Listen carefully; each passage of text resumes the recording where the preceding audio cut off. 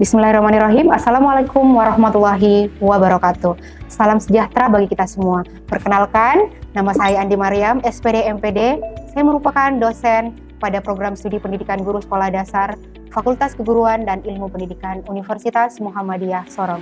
Sebagai seorang dosen, saya memiliki tanggung jawab dalam melaksanakan Tridharma Perguruan Tinggi yang meliputi pendidikan dan pengajaran, penelitian, serta pengabdian kepada masyarakat.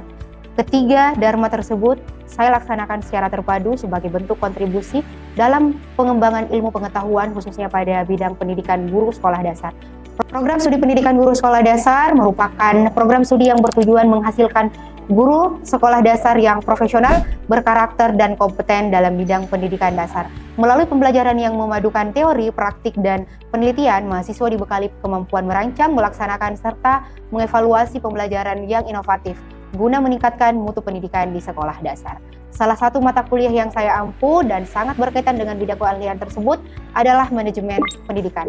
Mata kuliah ini memberi pengetahuan dasar manajemen, kompeten-kompeten pendidikan atau pembelajaran meliputi kurikulum, tenaga pendidik dan tenaga kependidikan, pengelolaan peserta didik, sarana dan prasarana, pembiayaan, supervisi dan kepemimpinan atau leadership, serta layanan khusus lainnya agar proses pendidikan pembelajaran berlangsung secara efektif.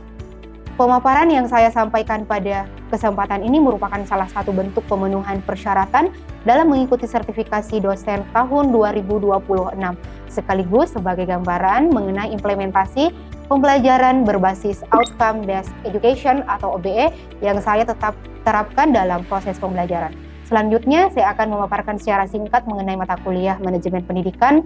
Mata kuliah manajemen pendidikan dengan kode 22WF06109. Mata kuliah ini memiliki 2 bobot SKS. Mata kuliah ini diberikan kepada mahasiswa semester 4 program studi pendidikan guru sekolah dasar. Dalam mendukung capaian profil lulusan, mata kuliah ini mengacu pada capaian pembelajaran lulusan atau CPL program studi yang terdiri atas 3 aspek utama. Yang pertama, menunjukkan sikap profesional, bertanggung jawab, beretika, serta menjunjung tinggi nilai-nilai kemanusiaan dalam penyelenggaraan pendidikan di sekolah dasar. Yang kedua, menguasai konsep, teori, dan prinsip pembelajaran di sekolah dasar, serta mampu menerapkan sesuai karakteristik peserta didik dan perkembangan kurikulum. Yang ketiga, mampu merancang, melaksanakan, mengevaluasi, dan mengembangkan pembelajaran yang inovatif, serta memanfaatkan teknologi dan hasil penelitian untuk meningkatkan kualitas pembelajaran di sekolah dasar.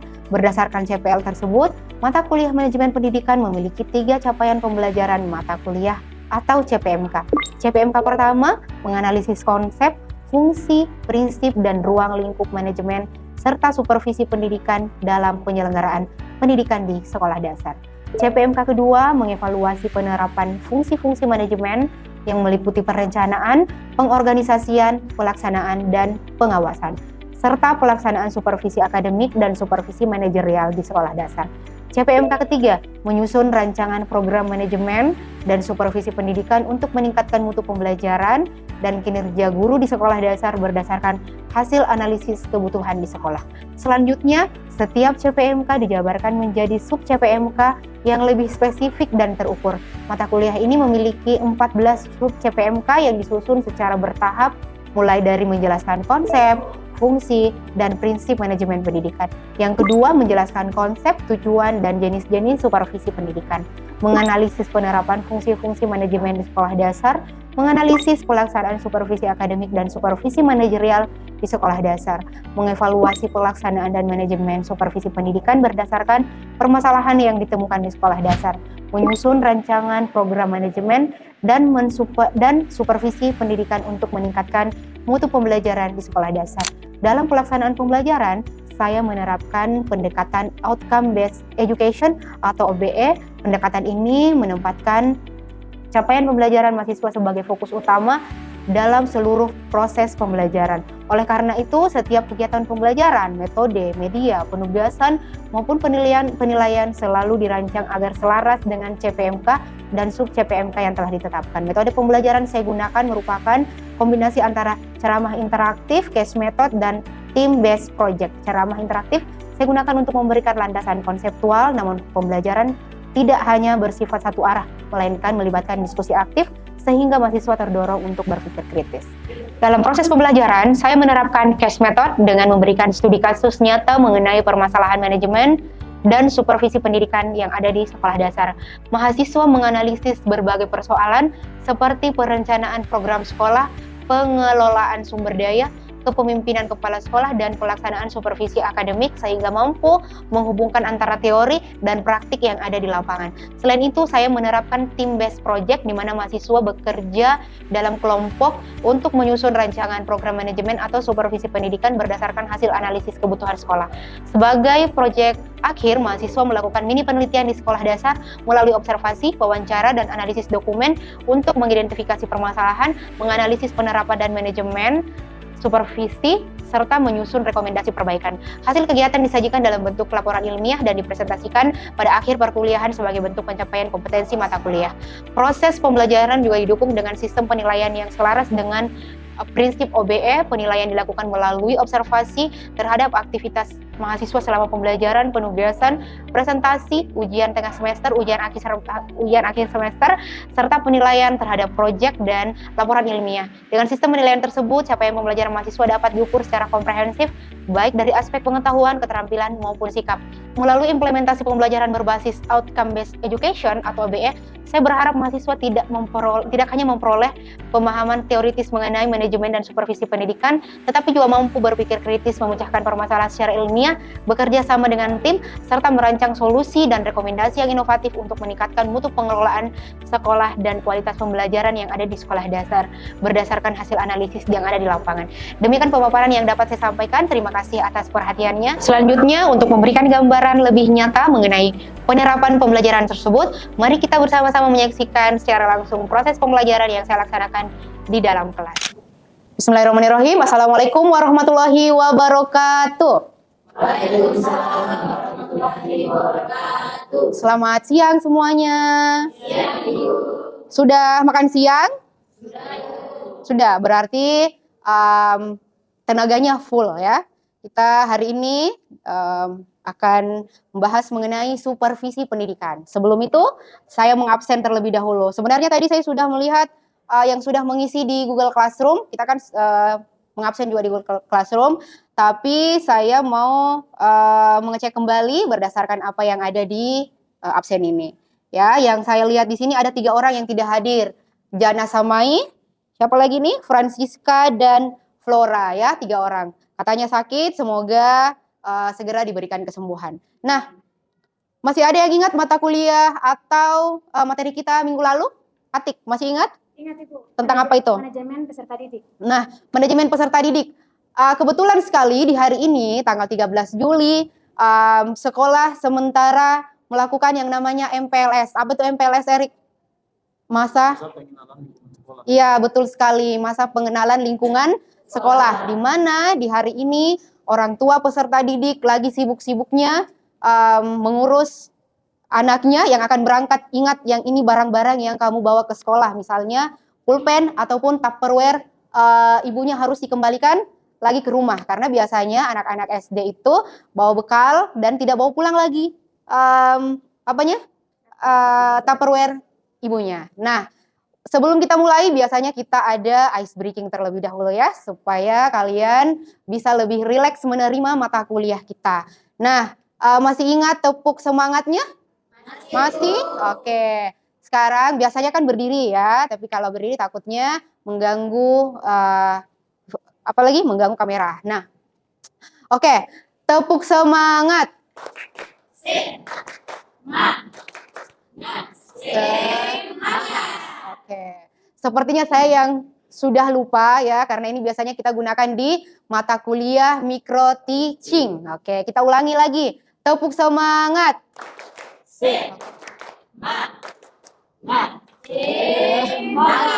Oke, materi kita adalah supervisi pendidikan ya. Nah, ketika kita mendengar kata supervisi, berarti yang ada di benak kita adalah supervisor ya. Yang melakukan supervisi adalah supervisor. Yang disupervisi siapa? Gurunya. Nah, kalau untuk supervisi akademik itu adalah gurunya yang diperiksa oleh supervisor internal ataupun supervisor eksternal. Supervisor internal siapa? Oke, kepala sekolah. Supervisor eksternal? Pengawas. Dari mana pengawas asalnya? Dari dinas pendidikan. Nah, sebenarnya idealnya ya, supervisor ini ketika mau datang harusnya gurunya itu senang. Misalnya Erik mengajar di SD Negeri 2 Kota Sorong. Harusnya Erik ketika mendapat kabar bahwa supervisornya akan berkunjung ke sekolah, harusnya Erik senang. Wah, pembimbing saya ini mau datang ke sekolah. Harusnya Erik mempersiapkan berbagai pertanyaan untuk ditanyakan kepada supervisornya supaya nanti proses pembelajarannya itu jauh lebih bagus. Namun yang terjadi di lapangan seperti apa? Ketika supervisornya mau datang ke sekolah, ketakutan guru-gurunya. Kenapa seperti itu? Karena kesalahan dari pihak yang mau mensupervisi dan yang mau disupervisi. Sebenarnya supervisor datang sebagai pembimbing, bukan sebagai yang mencari-cari kesalahan, ya. Bukan orang inspektorat, bukan inspeksi. Nah, ini yang biasa guru-guru salah paham, begitupun dengan supervisor dari dinas, ya. Nah, kalau inspeksi itu asalnya dari inspektorat yang mau cari-cari kesalahan yang ada di sekolah. Misalnya pengelolaan dana bosnya yang tidak bagus, dikorupsi misalnya, tidak membelanjakan sesuai dengan apa yang direncanakan, ya, seperti itu. Nah, sebaiknya dan idealnya ketika guru mau disupervisi itu harusnya senang, ya. Yes, saya mau disupervisi. Nanti pembimbing saya mau datang ke sekolah, saya akan tanyakan, kalau saya mengajar tentang pecahan, sebaiknya menggunakan media pembelajaran yang seperti apa, ya, seperti itu. Bukan ketakutan, bukan menghilangkan apa yang ada dan mengadakan yang tidak ada. Karena yang terjadi di lapangan ketika mau disupervisi semuanya tegang, ya. Semuanya tidak menjadi dirinya sendiri. Yang tadinya rileks di dalam kelas, ketika ada supervisornya di belakang, dia jadi kaku. Nah, itu yang harus dihindari ketika kalian nanti menjadi guru ataupun tidak menutup kemungkinan nanti ada yang menjadi seorang kepala sekolah ataupun jadi pengawas, ya. Nah, di sini sudah dijelaskan bahwa supervisi pendidikan adalah proses pembinaan. Kalau yang dibina itu adalah seorang guru ataupun kepala sekolah, berarti harusnya pembinaan dari hati ke hati dan ada form penilaian. Nah, yang terjadi juga di lapangan itu adalah tidak ada form penilaian. Misalnya nih, kan kalau saya mau supervisi atik, anggaplah saya dari dinas pendidikan sebagai pengawas. Nah, sebelum saya masuk ke kelas, saya akan memperlihatkan ke atik form penilaian. Misalnya, bagaimana RPP-nya atik, apakah sudah sesuai dengan kurikulum yang ada. Terus yang kedua adalah bagaimana cara atik mengajar, apakah ada pembukanya. Biasanya kan guru tidak ada pembukanya nih, langsung masuk ke kelas, buka halaman sekian. Nah, itu sudah tidak memenuhi yang namanya standar pengajaran yang baik dan benar. Langsung buka halaman sekian, terus disuruh menulis. Tidak ada pembukanya, tidak ada icebreakingnya breakingnya dan lain-lain. Kabar muridnya tidak ditanyakan, seperti itu. Nah, jadi ketika nanti kalian jadi seorang guru, berarti sebelum pengawasnya masuk ke kelas, tolong tanyakan, Pak, form penilaiannya mana? Ya, bukan hanya melihat dari luar, oh sudah bagus, oh Erik sudah bagus cara mengajarnya. Oke, nanti form penilaiannya dimaksimalkan aja. Perlu diingat bahwa supervisor itu adalah manusia biasa, ya. Dia bukan malaikat yang bisa mengingat semuanya. Tadi sudah berkunjung di kelas 1, 2, 3, 4, 5, 6. Nanti formnya diisi di kantor, ya. Itu tidak masuk akal karena ada banyak sekali yang mau diisi oleh supervisor, mulai dari penampilan gurunya, apakah sudah sopan pada saat mengajar, terus bagaimana pembukanya, bagaimana isinya, bagaimana penutupnya, bagaimana kesesuaian dengan RPP-nya. Ketika supervisor tidak membawa form penilaian ke dalam kelas, berarti itu bisa dikatakan tidak objektif. Nah, suatu hari nanti ketika kalian sudah menjadi seorang guru, sebelum disupervisi, sebelum diperiksa, harus bertanya ke supervisornya, mohon maaf Pak, sebelum masuk ke kelas, saya meminta form penilaiannya terlebih dahulu. Ya. Oke, kita lanjut. Nah, tujuan supervisi yang pertama adalah meningkatkan kompetensi guru dan efektivitas pengelolaan sekolah dasar. Ini yang pertama, meningkatkan kompetensi guru, ya, bukan mencari-cari kesalahan guru. Misalnya, siapa lagi?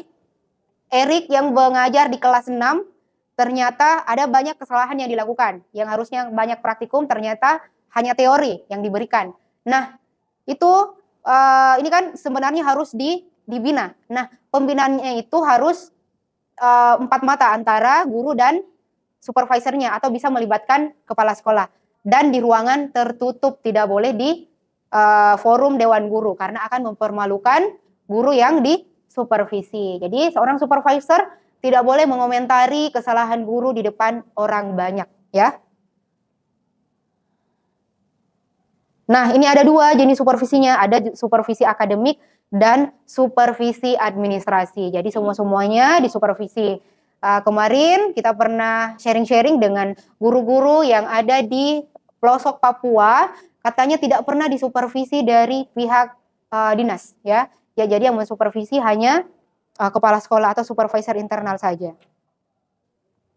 Nah, supervisi akademiknya ini fokusnya terhadap proses pembelajarannya, kualitas proses pembelajarannya. Apakah gurunya hanya betul-betul media pembelajarannya itu hanya apa yang ada di kelasnya, apa adanya, ya. Kalian kan sudah diajari untuk membuat media pembelajaran sederhana dan yang berbasis IT, ya.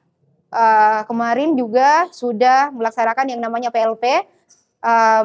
Media pembelajaran itu memang tidak semudah itu kita buat. Jadi kalau ada dana dari dana BOS itu sebaiknya dialokasikan untuk media pembelajaran. Ini juga untuk meningkatkan kualitas proses pembelajaran. Terus yang kedua adalah penggunaan metode dan media yang sesuai untuk siswa SD. Nah, ini kan idealnya nih, kualitas proses pembelajaran itu kan didukung oleh media pembelajaran, ya. Media pembelajaran juga ada ketika dananya ada. Tidak mungkin gurunya terus yang membiayai semua keperluan yang ada di dalam kelas. Terus ini adalah kesenjangan yang ada di sekolah-sekolah kita karena pengelolaan dana BOS ternyata tidak banyak dialokasikan untuk media pembelajaran. Yang banyak itu adalah buku, kalau tidak salah 15%, ya. Jadi dihitung sendiri kalau misalnya termin 1 cair misalnya 100 juta, itu 15%-nya, mungkin 15 juta itu dibelikan buku semua, 15 jutanya. Sedangkan yang kita butuhkan bukan hanya buku di dalam kelas, tapi banyak sekali media-media yang kita butuhkan.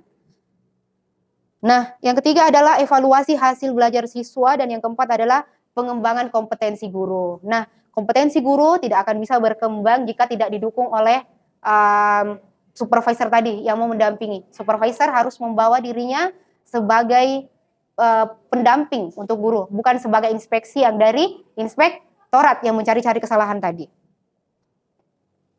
Nah, supervisi administrasi itu mencakup pengelolaan kepegawaian, ya, seperti guru ataupun tenaga kependidikan, misalnya tendik, ya, ataupun yang dikenal sebagai staf. Nah, ini ada prinsip-prinsip supervisi pendidikan. Ada 5.